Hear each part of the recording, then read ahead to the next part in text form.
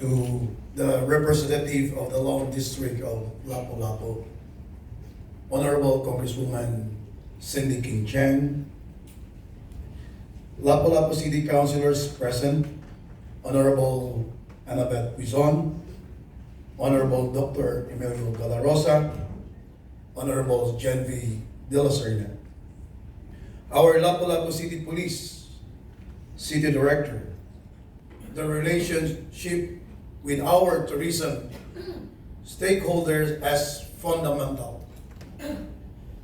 The updates and development you just heard from Honorable Annabeth Quizon, Mrs. Claire Cabalda, Sir Gary Lau, G.M. Neri, Police Colonel Baron, Mr. J. Gutanon, Sandro,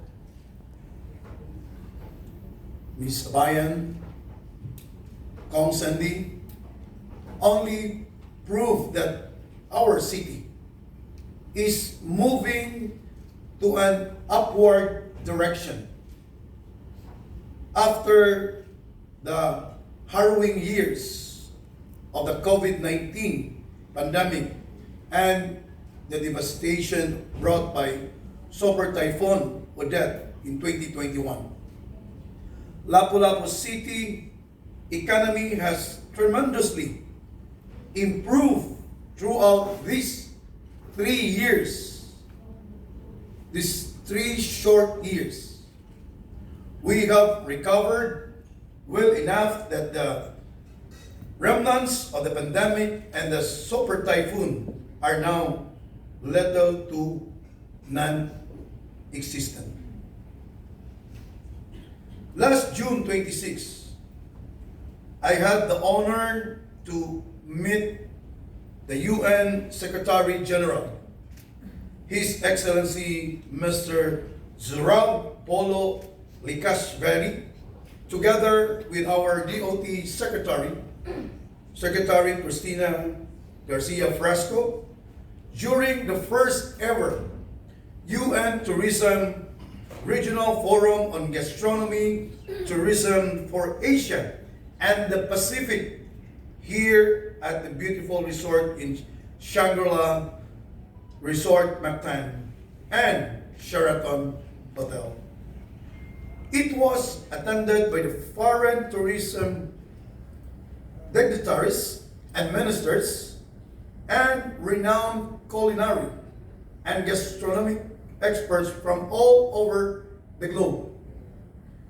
It was indeed a great honor for our city to host such a colossal event because it has now cemented Lapu-Lapu City as the prime and sustainable venue for international events and conventions.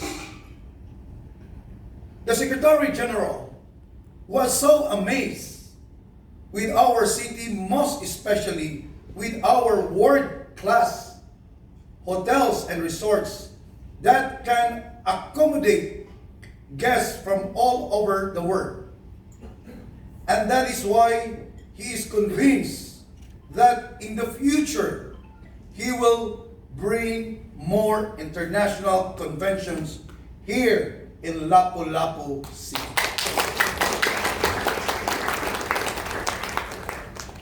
Being the home of the best airport in the country, the Mactan Cebu International Airport Authority, it is a big advantage for us as we are considered as the gateway to the province of Cebu.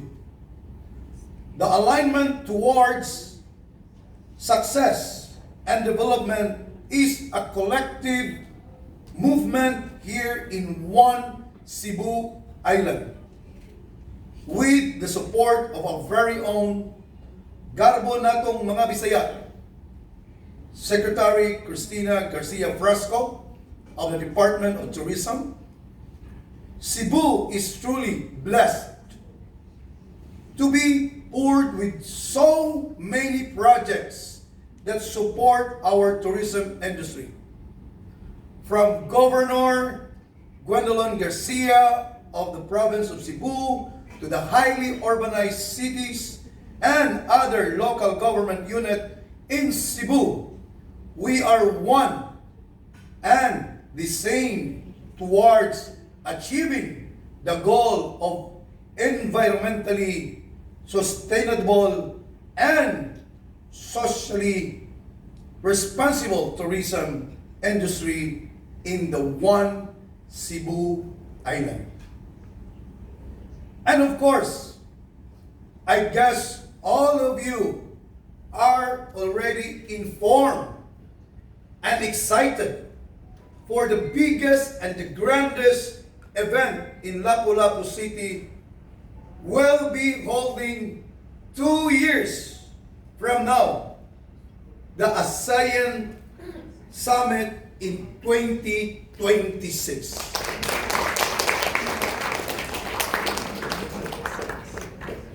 This will be held at the 1.5 billion worth and 2,500 seating capacity Mactan Expo Center, which is in the heart of the Mactan Newtown Township.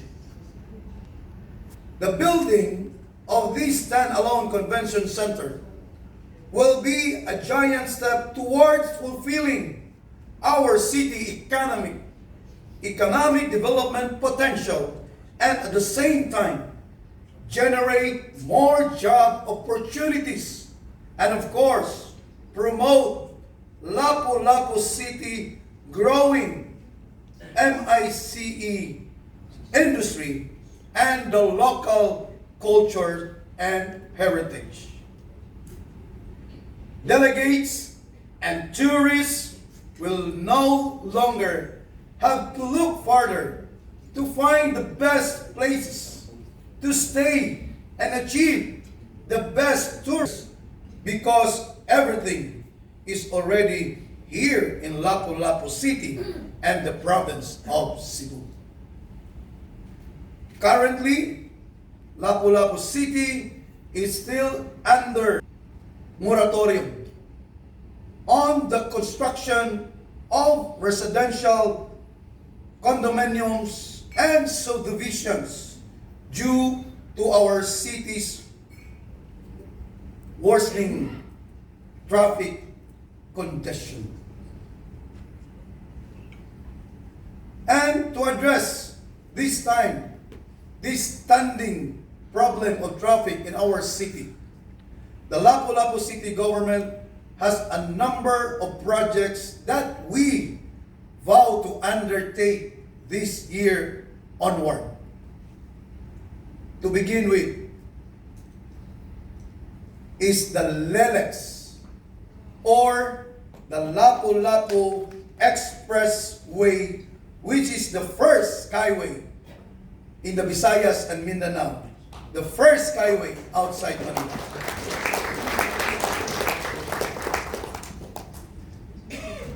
By next week, we will be signing the Memorandum of Understanding with the proponent, PMI, and the new partner, which is the Manny Pangilinan Group.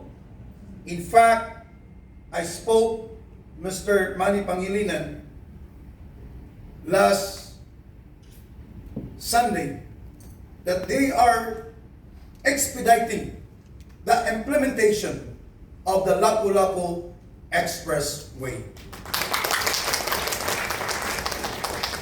Since they own the socialized, where the LELEX will be considered, they have the capacity, they have the capability to make the project into realization.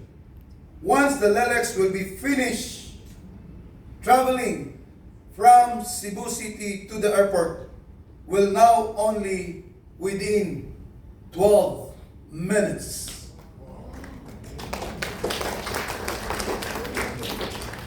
After the signing, next week, they will immediately begin the project. The city funded Lapu-Lapu City socialized housing is also underway. This will be situated in Barangay Calawisan and will be relocated our informal settlers living in the hazard-prone coastal areas in Barangay Ahong, Pusok, Ibo, Waya, Mactan, going to Punta Inganyo.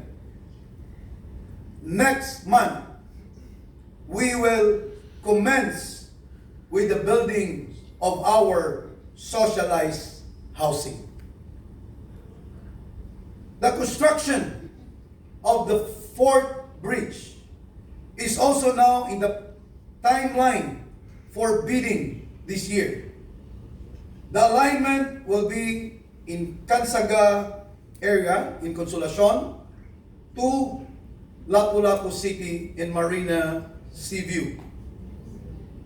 And since the distance is very near from the Marcelo Fernan Bridge, the second bridge, we strongly insisted that a coastal road will be built to prevent traffic congestion within the circumferential road. This is the reason why our good Congresswoman has an initial budget for this year of 320 million pesos to start the said project. This is a 6-lane coastal road with a boardwalk.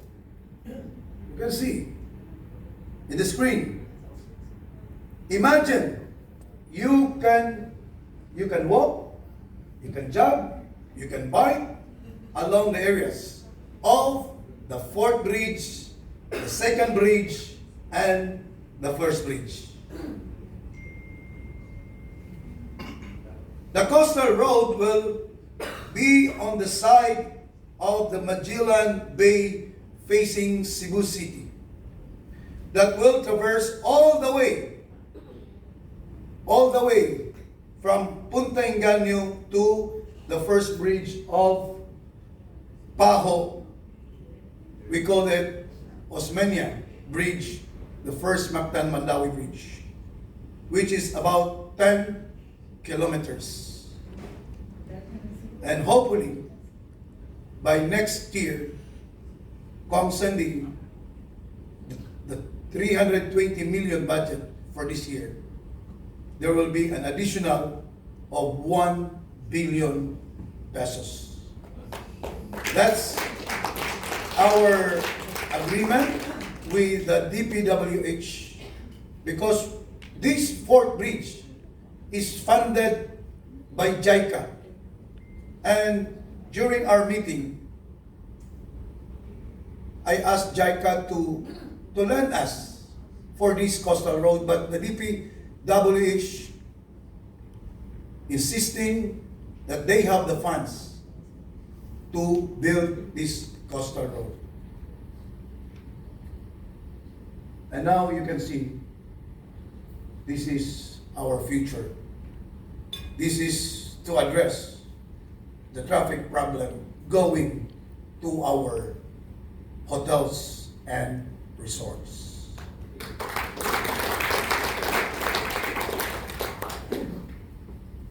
This might sound as an irony since we are living in an island, but to be honest with you, I do not know how to swim.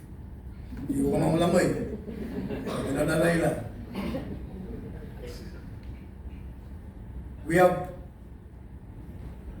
Cindy and I, we have a business in seaweeds, and she told me to manage the business.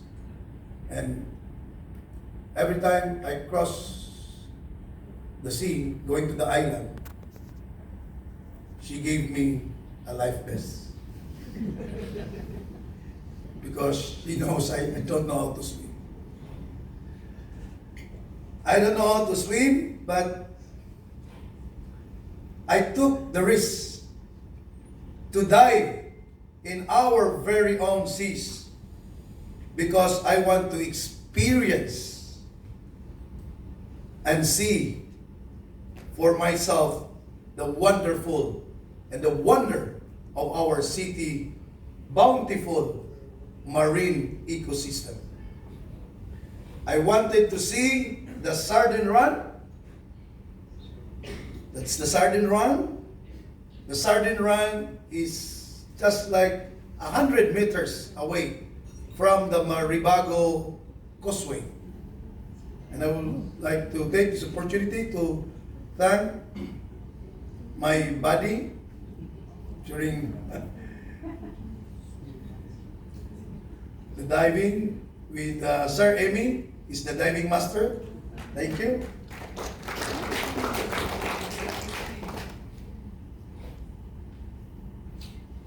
And we have also 3 butanding already spotted in our areas in the Lutuman Channel. So we have already the sardine run. Most of the tourists, they will go to Malboal just to see the sardine runs. And some go to Oslo just to watch butanding. And the giant turtles. We have also the dolphins. That's the butanding. Where's the giant turtles? And what we call the dolphins. Dolphins. There's a video of dolphins. Dolphins and the giant clams that are living under the majestic water of Lapu-Lapu City. And I was very amazed by what I have seen. During the Super Typhoon Odette in 2021, a huge number of our corals were washed out. This was devastating because we all know that coral reefs provide an important ecosystem for underwater marine life. That is why the Lapu-Lapu City LGU, spearheaded by our Sandro and Mr. Dave Gutianon, have conducted a coral rehabilitations for the displaced corals. For the information of everyone here, our very own Hilutungan channel is very distinct when it comes to contours or terrain of its. The terrain of its seabeds, in fact, if compared with Boracay channel, which is a slope of gradual seabed, our Hilutungan channel is considered a drop-off or a wall-type seabed, or what we call commonly known as our native dialect as cantin or cantilado. When the seabed is slow, coral reef formation will only be in the cluster due to its sandy bottom formation, unlike the drop-off type of seabed. Corals reef formation have deeper formation, thus corals can grow in number. Our city marine ecosystem is truly abundant. Lapu-Lapu City, beautiful beaches and splendid diving spot are just some of the reason why the local and the foreign tourists always include our island in their bucket list of places to visit. And it is our duty to protect these assets, to ensure that our city will continue to thrive and prosper.